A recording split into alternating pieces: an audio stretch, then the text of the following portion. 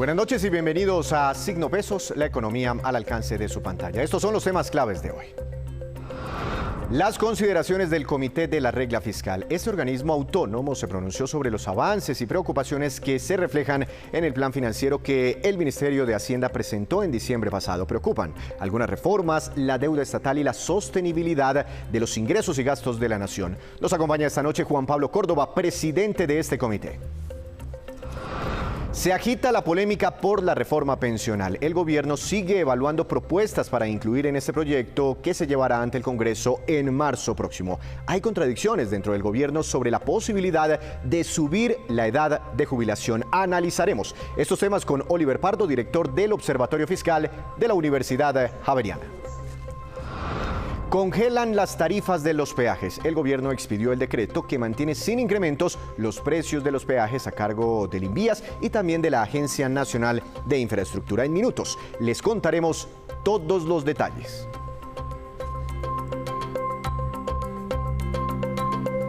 Comenzamos esta emisión hablando del Comité Autónomo de la Regla Fiscal y el pronunciamiento que hicieron sobre el plan financiero del Gobierno Nacional. En un comunicado destacaron avances en el manejo fiscal, pero también expresaron algunas preocupaciones. Para conocer de cerca este análisis, quiero saludar al presidente de este comité, al doctor Juan Pablo Córdoba. Doctor Córdoba, buenas noches, bienvenido a Signo Pesos, gracias por su tiempo. Héctor, muchísimas gracias por la invitación y un gusto estar aquí con ustedes. Doctor Córdoba, en términos generales, ¿cómo le parecen a usted y al comité todas las cifras planteadas por el Gobierno Nacional en este plan financiero? Un crecimiento económico para este año del 1,3%, reducir el déficit fiscal hasta por debajo del 4%, irlo bajando año tras año, el nivel de endeudamiento. En términos generales, ¿son cumplibles estas metas? Sí, yo creo que en general el mensaje para el 2023 es muy positivo. Creo que el escenario fiscal que está planteando el gobierno es mejor que el que se había anticipado hace 6 meses en el marco fiscal de mediano plazo, y esa es una buena noticia para el país. Hay, por un lado, mayores ingresos que vienen del mayor nivel de actividad económica en el 2022, que genera mayores ingresos en el 2023, el producto de la reforma tributaria, por supuesto, y también el ingreso petrolero, que ha sido superior, digamos, a lo inicialmente anticipado. Entonces, las noticias de ingresos son positivas y eso le va a permitir al gobierno, digamos, ellos han planteado un aumento del gasto con una adición presupuestal, pero también pagar la deuda que se tiene del Fondo de los Combustibles, el Fondo de Estabilización de los Precios de los Combustibles, que es el que cubre, digamos, el diferencial de precio para la gasolina corriente de la CPM, pagar una mayor cuenta de intereses de la deuda, porque han venido subiendo los intereses, y asimismo, que usted mencionó, reducir el déficit fiscal y generar un balance primario, que es una buena noticia para el país. Entonces, el balance para 2023 yo diría que es positivo, va en la dirección correcta, y quizás lo que resaltamos es que el panorama de 2024 en adelante todavía pues presenta algunos nubarrones que hay que tener presentes y mucho cuidado para asegurar la sostenibilidad de las finanzas públicas. Ya le voy a preguntar sobre esos nubarrones desde el 24 para hacia adelante, porque tengo esa cifra de los mayores ingresos que ustedes están destacando, 42 billones de pesos que antes no se tenían contemplados, y la forma como se gastarán, gasto primario, pagos de intereses, reduciendo el déficit de los del Fondo de los Combustibles, reduciendo el déficit fiscal. Esto significa que la olla no estaba tan raspada, doctor Córdoba. ¿Cómo ve la destinación de estos recursos? No, la olla sigue estando bastante raspada. Evidentemente, la economía nos ha ayudado, el precio del petróleo nos ha ayudado y la reforma tributaria ayuda. Pero, por ejemplo, en el tema del Fondo de los Combustibles, se está pagando la deuda vencida, digamos, pero todavía estamos causando deuda nueva. Entonces, ahí todavía hay un esfuerzo grande para hacer, que es importante, digamos, un mensaje para toda la comunidad, y es que el país tiene que cerrar esa brecha entre el precio doméstico y el precio internacional. La cuenta, para que lo tenga presente, Víctor, para el año 2022 fueron 38 billones de pesos. O sea, prácticamente toda la cifra de mayores ingresos se va a pagar ese subsidio a los combustibles, con lo cual no se está dejando espacio para otras cosas, y ese diferencial hay que disminuirlo. El gobierno, yo creo que también es algo que se destaca en el comunicado, el gobierno ha venido haciendo sus ajustes de precios. Es importante que la comunidad entienda la importancia de continuar haciendo esos ajustes para que precisamente ese diferencial se disminuya y el hueco, digamos, que queda para este año con todo y ajustes de precios se estima en 28 billones de pesos, o sea que todavía estamos necesitando más ajustes en esa dirección. Usted dice que la olla no está tan raspada, pero doctor Córdoba, de otro lado el gobierno anuncia subsidio por aquí, subsidio por acá, una medida de gasto social, etcétera, etcétera. ¿Cómo interpretar esto y por qué es su preocupación sobre los ingresos corrientes de la nación? No, lo que le estaba diciendo precisamente es que la olla sí estaba bastante raspada. Lo que pasa es que se consiguieron ingresos adicionales que permiten, digamos, un espacio como lo estamos viendo en el 2023. Pero la discusión de fondo es precisamente la de la sostenibilidad de las finanzas públicas. Y eso quiere decir no solamente 2023, sino 2024, 25, 26 y hacia adelante. Y ahí hay varios elementos importantes a destacar. Hoy el ingreso petrolero, por ejemplo, puede representar cerca de un 10-15% de los ingresos de la nación. Si ese ingreso petrolero va a ser sostenible o no va a ser sostenible, y si no es sostenible, entonces, ¿dónde van a estar las fuentes que lo sustituyan? La reforma tributaria genera unos ingresos muy importantes en el año 2023 y 2024, pero no así en el 2025 para adelante. Entonces, la sostenibilidad de esos ingresos hacia adelante todavía pues tiene elementos digamos que hay que afianzar, porque si no hay esos ingresos hacia adelante, pues el nivel de gasto que tenemos hoy en día no es sostenible, ni es compatible con la misión nuestra, que es la de velar por el cumplimiento de la regla fiscal. Entonces, esos ingresos ya no serían sostenibles, no sería compatible con la regla fiscal, y no lograríamos el objetivo muy importante, que es reducir la deuda. Si no reducimos la deuda, pues el espacio que estamos teniendo que destinar al pago de intereses está generando un sacrificio importante de otros gastos importantes para la sociedad. Entonces, la olla no está raspada es porque se han hecho esfuerzos para conseguir ingresos adicionales. Doctor Córdoba, a propósito de la disminución en el fondo, en ese déficit que tiene el fondo de los precios de los combustibles, aquí voy a mostrar unos precios que destacaron ustedes hoy. Como el galón de gasolina en Venezuela es el más barato, 291 pesos, en Bolivia de la región, ¿no? Casi 10.000 pesos. Colombia es el tercero más barato, con una cifra de 10.167 pesos en promedio. Por encima están Ecuador, Brasil, México, inclusive algunos países ya con galón de gasolina sobre los 23.000 pesos cuando hacemos como una comparación regional. ¿Cuál es su preocupación aquí? Porque tengo entendido que ustedes están celebrando ese anuncio del gobierno de incrementar los precios de los combustibles. A ver, el tema importante es que se ajusten para llegar al precio internacional. Hoy Colombia todavía está lejos de ese precio internacional. Se han venido ajustando, pero se han venido ajustando gradualmente y está bien. Digamos, nosotros creemos que esa actitud, digamos, de ir ajustando paulatinamente es positiva, pero no hemos terminado de hacer el ajuste. El ajuste tiene que continuar y es importante que la comunidad en general lo entienda, que hay que reducir ese diferencial, porque ese diferencial está costando, como le decía, la estimación de este año, aún con ajustes, es del orden de 28 billones de pesos, que es una cifra muy, muy grande. Entonces, tenemos que seguir haciendo esos ajustes. Países productores, como son el caso de México y de Brasil, por ejemplo, en el caso de Brasil, el precio del galón está en 18.000 pesos, Colombia está alrededor de 10.000 pesos, o sea que todavía tenemos un trecho importante para seguir reduciendo ese déficit, porque todo ese diferencial es subsidio que nos cuesta a todos los colombianos. Otra de las cifras de su informe hoy, doctor Córdoba, que me llamó la atención es la siguiente, y tiene que ver con el pago de los intereses. Resaltan ustedes que el año pasado en intereses del presupuesto de la Nación se destinaron 24 billones de pesos, casi más que la reforma tributaria, ¿no? Y que para este año la cifra casi que se va a multiplicar por 3, superando los 68 billones de pesos. ¿Cómo entender esta cifra, doctor Córdoba, y cuál es la preocupación aquí? No, tal vez una precisión, Víctor, es el incremento en el pago de intereses entre el año 2022 y 2023 es 24 billones, o sea que vamos a pagar 68 billones, que es 24 billones de pesos más que en el año 2022. Y esa es precisamente una de las preocupaciones, porque con todos los... Digamos, aquí tenemos que entender que durante la pandemia se generaron unos gastos adicionales, se financiaron con deuda, cayeron los ingresos, pero todo eso generó mayor deuda. Y esa deuda pues hay que pagarla. Y adicionalmente, como se genera una deuda más alta y subió la inflación, etcétera, la tasa de interés también ha subido. Entonces, en este momento tenemos que trabajar en disminuir el saldo de la deuda, y eso nos va a permitir bajar las tasas de interés y también disminuir el gasto que se destina a los intereses. ¿Cuál es la preocupación puntual que manifestaron ustedes después de entender esta explicación y muy buena la aclaración, doctor Córdoba, sobre el papel de la industria de los hidrocarburos? ¿Por qué dicen ustedes que se necesita más certidumbre al respecto? De nuevo, digamos que la conversación es sobre la sostenibilidad de las finanzas públicas en el mediano y largo plazo, ¿cierto? O sea, 2023 pareciera que tenemos un buen escenario, pero 2024 en adelante tenemos que dar mayor claridad. Cuando uno mira de sostenibilidad, pues está diciendo cuáles son mis fuentes sostenibles de ingresos y en qué me voy a gastar esos dineros hacia adelante. Si tengo unas obligaciones que no puedo reducir, pues tengo una obligación de gasto, y si no tengo ingresos suficientes, pues voy a generar déficit futuros.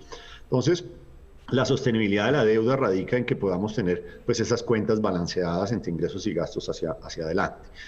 Las políticas públicas que afectan, digamos, la generación de ingresos futuros, pues son una fuente de preocupación. Si yo tengo 100 pesos de ingresos, pero 20 pesos de esos 100 vienen de la industria de los hidrocarburos, y yo digo que mañana no voy a tener industria de los hidrocarburos, pues entonces la pregunta es, si esos 20 pesos los puedo reducir en gasto, pues no pasa nada, pero si no los puedo reducir en gasto, voy a seguir teniendo una demanda de ingresos adicionales. Entonces, ¿cuál es la fuente sustituta de esos ingresos? Entonces, dar claridad sobre la sostenibilidad del ingreso de los hidrocarburos y tener mayor claridad sobre la sostenibilidad de los ingresos tributarios a futuro se vuelve crítico para saber si las cuentas del gobierno son sostenibles o no son sostenibles. Y adicional a eso, lo que estamos diciendo es, si adicionalmente hacemos unas reformas de políticas públicas, que el gobierno y el Congreso están obviamente siempre en su total potestad de hacer esas reformas, pero esas reformas que se estén anunciando generan mayores presiones de gasto y mayores presiones de endeudamiento, pues eso empieza a no ser compatible con la sostenibilidad de las finanzas públicas y la sostenibilidad de la deuda. Entonces, lo que estamos diciendo es, esas reformas que vengan,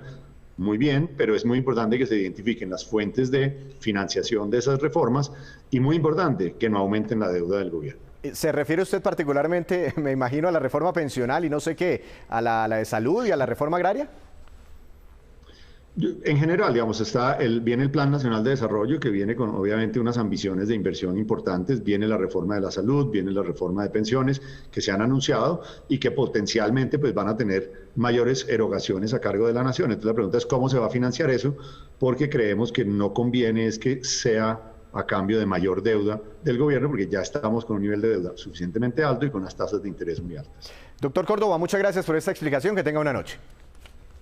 Muy buenas noches, muchas gracias. Juan Pablo Córdoba, presidente de la Bolsa de Valores de Colombia, pero aquí actuando también como presidente del Comité Autónomo de la Regla Fiscal. Hacemos una breve pausa, pero cuando regresemos, espere, ¿qué dijo el presidente Gustavo Petro sobre la posibilidad de subir la edad de pensión en nuestro país? Hay una polémica muy grande, ya les contamos.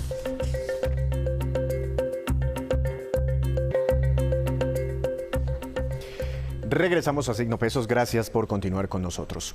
La reforma pensional se convirtió en uno de los temas más sensibles este año, al punto que ya está generando contradicciones, inclusive dentro del mismo gobierno. Para analizar un poco lo que está ocurriendo y cuáles son las necesidades reales de una reforma pensional, quiero saludar al doctor Oliver Pardo. Él es director del Observatorio Fiscal de la Universidad Javeriana. Buenas noches, doctor Pardo, bienvenido a Signo Pesos. ¿Cómo está? Buenas noches, Víctor. Muchas gracias por la invitación. ¿Ustedes desde la Universidad Javeriana creen que realmente en Colombia se necesita una reforma pensional? Lo que pasa es que cada gobierno llega con una propuesta de reforma pensional y pasan los años y al final nada. No cabe la menor duda que necesitamos una reforma pensional. El gran problema de Colombia es la falta de cobertura. Muy pocas personas logran pensionarse. De cada 4 adultos mayores, solo una está pensionada. Por lo tanto, necesitamos una reforma pensional que busque aumentar la cobertura.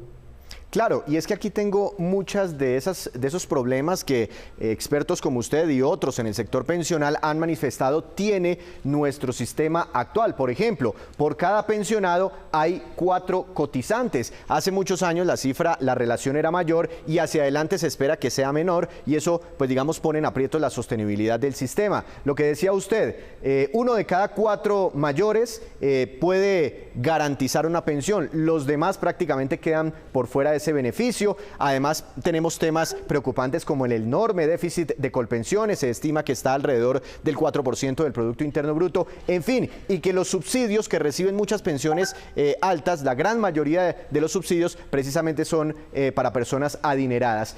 ¿Qué es la prioridad aquí? ¿Qué hay que resolver?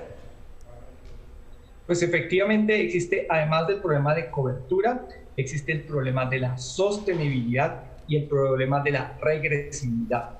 Hay que tratar de abordar los 3 problemas, no solamente que más personas se pensionen, sino que además cuando se reciben subsidios, quienes reciban esos subsidios sean las personas más necesitadas, pero al mismo tiempo hay que buscarlos de una forma que sea sostenible financieramente. Básicamente, el gran problema de la reforma pensional de Petro es que aborda el problema de cobertura, dando cobertura no contributiva a todas las personas que no alcanzan a pensionarse. Efectivamente, corrige parcialmente el problema de la progresividad, dado que nadie con más de 4 salarios mínimos va a recibir subsidio alguno, pero la gran preocupación es la sostenibilidad financiera del sistema en el largo plazo, bajo los parámetros actuales de las personas que se pensionan en Colpensiones. Si llegásemos a expandir esto a todas las personas que logran una pensión, habría muchos problemas de sostenibilidad financiera, porque quienes logran pensionarse en Colpensiones reciben muchísimos subsidios, y eso implica un déficit muy grande que tiene que ser cubierto con el presupuesto general de la nación. Me imagino que usted se está refiriendo, doctor Pardo, a esta pirámide que presentó en algún momento el Ministerio del Trabajo. No estoy queriendo decir que el sistema pensional sea piramidal, no, ahí hay una controversia. Bueno, pero mire, hay un primer pilar, digamos, lo grafican en una pirámide, pero se habla del sistema de pilares. El primer pilar, solidario básico, que es llevarles a más de 3 millones de adultos mayores como una especie de subsidio de 500.000 pesos mensuales, como una renta vitalicia. El segundo pilar, para que todas esas personas que tienen ingresos por debajo de los 4 salarios mínimos estén en Colpensiones. Así hoy en día estén en los fondos privados, se vayan para Colpensiones. Y más arriba hay un pilar más pequeñito para quienes quieran ahorrar voluntariamente. ¿Cuál sería el problema aquí, doctor Pardo? Bueno, lo primero que hay que reconocer es que la mitad de las personas, de la mitad de los trabajadores en Colombia gana un salario mínimo o menos, y el 95% de los trabajadores gana menos de 4 salarios mínimos. Es decir, el 95% de los trabajadores tendrían que cotizar exclusivamente a Colpensiones. Aún ese 5% que supuestamente, a otro 5% de trabajadores estaría afiliado una parte a Colpensiones y otra parte al régimen de ahorro individual. Es decir, que con ese parámetro de 4 salarios mínimos, básicamente lo que se terminaría marchitando el régimen de ahorro individual, y de facto tendríamos un sistema de reparto donde prácticamente todas las personas cotizarían la mayoría de sus cotizaciones a Colpensiones. Ahora bien, ¿qué implica eso? Que si las reglas de juego para pensionarse en Colpensiones siguen siendo las mismas y casi todo el mundo va a pensionarse en Colpensiones, vamos a tener un problema de sostenibilidad financiera muy grande. Entonces, por un lado, se va a marchitar el ahorro privado, y por el otro, si no se corrigen los parámetros, es decir, temas como la edad pensional y la tasa de reemplazo, que es la pensión como proporción del ingreso, tendríamos un problema de sostenibilidad financiera muy grande. La sospecha que tenemos muchos es que el gobierno es consciente de esos problemas de sostenibilidad financiera en el largo plazo y va a tratar de ajustar los parámetros del sistema de Colpensiones para que sea más sostenible financieramente en el largo plazo.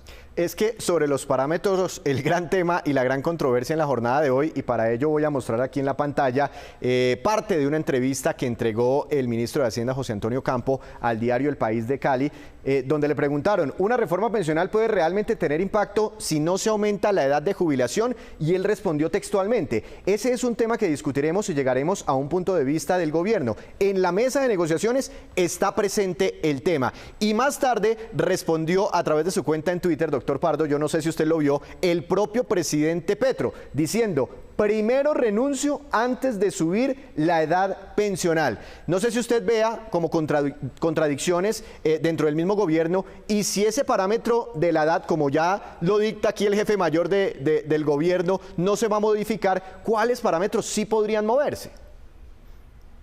Indudablemente, dado el anuncio del gobierno Petro, entonces no va a poder moverse la edad de pensionarse. ¿Qué implica eso?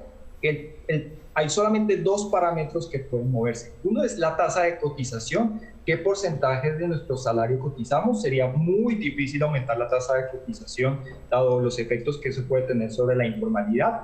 Y por lo tanto, el parámetro que va a terminar ajustándose es la tasa de reemplazo, de lo que es la pensión como porcentaje del salario. Hoy en día, alguien que se pensiona con pensiones tiene una tasa de reemplazo de más del 60%. La fórmula que va a terminar implementando el gobierno para que esto sea sostenible financieramente a largo plazo es bajar ese porcentaje, es decir, que las pensiones que reciben las personas que están en Colpensiones van a ser menores a lo que son ahora.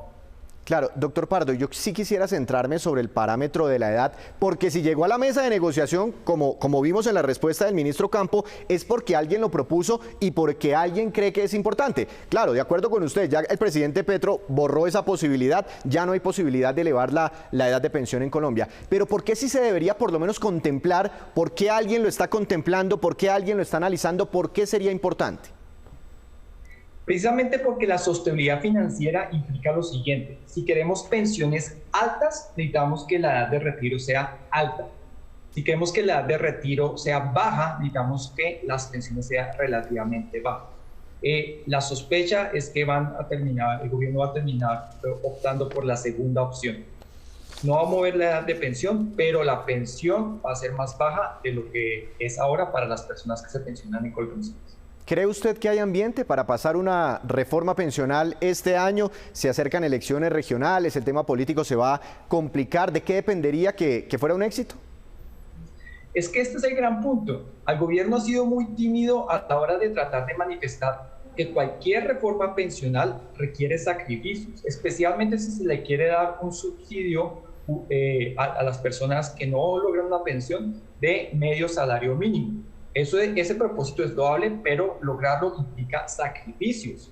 Y los sacrificios pasan precisamente por que más personas coticen a Colpensiones, pero al mismo tiempo, eso que puede tener beneficios de corto plazo tiene unos costos muy peligrosos en largo plazo, precisamente si no se ajustan esos parámetros.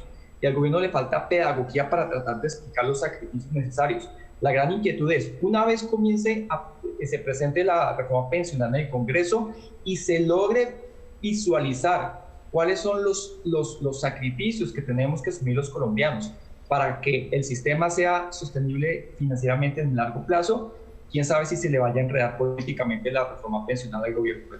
Hace un tiempo, cuando hablamos de este tema aquí en Signo Pesos, uno de nuestros televidentes nos escribió en nuestra cuenta de YouTube y eso se me quedó como grabado en la mente y decía: la mejor reforma pensional sería combatir y controlar, disminuir la informalidad laboral en Colombia. Tiene sentido, ¿no? Porque si hay más personas trabajando formalmente, pues digamos tendrían más posibilidades de alcanzar una pensión. Claro, pero lo importante es que la informalidad no solamente es causa de los problemas pensionales, sino la obligatoriedad de la cotización también es a su vez causa de la informalidad, porque muchas personas tienen necesidades muy apremiantes en el corto plazo hoy para atender a sus hijos, y por supuesto muchos de ellos prefieren sencillamente tratar de trabajar en informalidad y tener más liquidez para atender sus necesidades hoy, en vez de estar pensando en un futuro que para ellos es muy lejano. Pues doctor Pardo, muchas gracias por ayudarnos a entender este tema, la controversia del día, la entrevista del ministro de Hacienda, después el trino del presidente Petro. Muchas gracias siempre por su análisis y su explicación. Que tenga una feliz noche. Saludos a toda la gente de La Javeriana.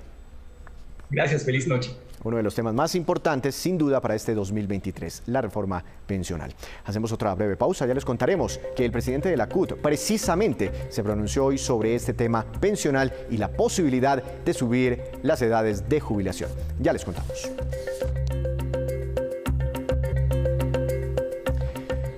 Gracias por continuar con nosotros en Signo Pesos. A propósito de la reforma pensional, hoy se pronunció el presidente de la Central Unitaria de Trabajadores, Francisco Maltés. Veamos lo que dijo sobre este tema y sobre otras reformas que se anuncian para este año. Desde el año 91 el Estado colombiano tiene una deuda con los trabajadores y es la expedición del Estatuto del Trabajo. El pasado 8 de septiembre le presentamos al gobierno del presidente Petro una agenda laboral que contiene nuestras principales aspiraciones en este tema, como es la recuperación de los derechos perdidos en estos 30 años. De igual manera, en materia pensional, no se hace necesario aumentar la edad de pensión, no se hace necesario aumentar la semana de cotización. Necesitamos un sistema de pilares para que quienes ganan menos de 4 salarios mínimos coticen en Colpensiones y haya la renta vitalicia, la renta mínima para quienes no se pueden pensionar y sean mayores de 65 años. Asimismo, aspiramos a que haya una reforma a la salud que elimine la intermediación entre el paciente y la institución prestadora, a que fortalezca la red pública hospitalaria, a que se ponga en primera instancia la atención primaria en salud y no el sistema curativo, y para que haya trabajo decente en el sistema público hospitalario y en el sector privado. Estas reformas que se tramitarán durante este primer semestre del año nos conminan a que el movimiento sindical esté alerta a movilizarse en defensa de los cambios sociales con carácter democrático que necesita nuestro país. Y el gobierno expidió hoy el decreto que congela las tarifas de los peajes a cargo tanto del Invías como de las vías nacionales concesionadas. Veamos las explicaciones del propio ministro de Transporte, Guillermo Reyes. Ningún peaje después del 15 de enero, una vez se expide el decreto del presidente, esto es, con base en la norma legal, a partir de las 12:00 del 16 de enero, podrá tener incrementos. ¿Qué pasó el día de hoy? Pues simple y llanamente no se conoció o no se advirtió de la existencia del decreto. Algunos peajes los cobraron, pero ya fueron informados con la copia del decreto por parte del Ministerio, de la ANI y del Invías, para que a partir de la fecha no se sigan cobrando esos mayores valores. No va a haber devoluciones, simple y llanamente, pues ya no volverá a pasar de aquí en adelante. Los únicos peajes que están excluidos de esta decisión son, y esperamos el día de mañana tener una relación para que todos los medios de comunicación, para que en las páginas web del Ministerio de Transporte, ANI y Invías, se puedan consultar por los ciudadanos. Pero los únicos que van a estar excluidos son los departamentales, porque son peajes que vienen en la ley a cargo de los departamentos. Entonces vamos a sacar la relación de cuáles son esos peajes, y hay unos muy poquitos peajes, entre 3 y 4 peajes, de lo que llamamos las concesiones de primera generación, como lo fue la autopista del Café. Esos, por la fórmula que traen, van a terminar con, o ya tenían desde el 1 de enero, un incremento pactado en la norma. Y ahora nos vamos con esta que es la cifra económica del día. Es muy importante. 4,9 millones, casi 5 millones, y corresponde al número de colombianos que viajaron al exterior el año pasado. El incremento fue del 10% frente al año 2019, antes de que llegara la pandemia. Según ANATO, se trata de una cifra récord en el país. Los principales destinos en esos viajeros fueron Estados Unidos, España y México. Y ahora nos vamos con estos que son los indicadores económicos que usted debe conocer siempre antes de irse a dormir. La tasa representativa del mercado, que regirá mañana, se mantiene estable en 4.693 pesos con 99 centavos. Hoy no tuvo cambios ya que fue día festivo en Estados Unidos, no hubo operaciones en Wall Street. El petróleo Brent, de referencia para nuestro país, tuvo una caída. Ese se negocia en los mercados europeos. Cayó 1,29%, se ubicó cerca de los $84 por barril. El precio interno del café colombiano, también por el feriado en Estados Unidos, se mantiene estable para mañana en 1.760.000 pesos por carga.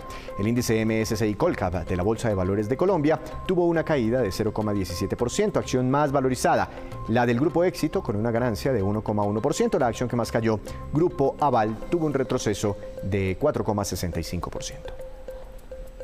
Antes de despedirnos, los quiero dejar con este dato. Según el portal Numbeo, los siguientes son los lugares más seguros en el mundo. Primero, Qatar. Segundo, Emiratos Árabes Unidos. Tercero, Taipei. Cuarto, la isla de Man. Quinto, Omán. Y en el sexto lugar, Hong Kong. Así terminamos por hoy, pero los esperamos mañana con una nueva emisión y con toda la información económica que usted necesita saber. Recuerde, esto es Signo Pesos, la economía al alcance de su pantalla. Que tenga una feliz noche, un feliz resto de semana.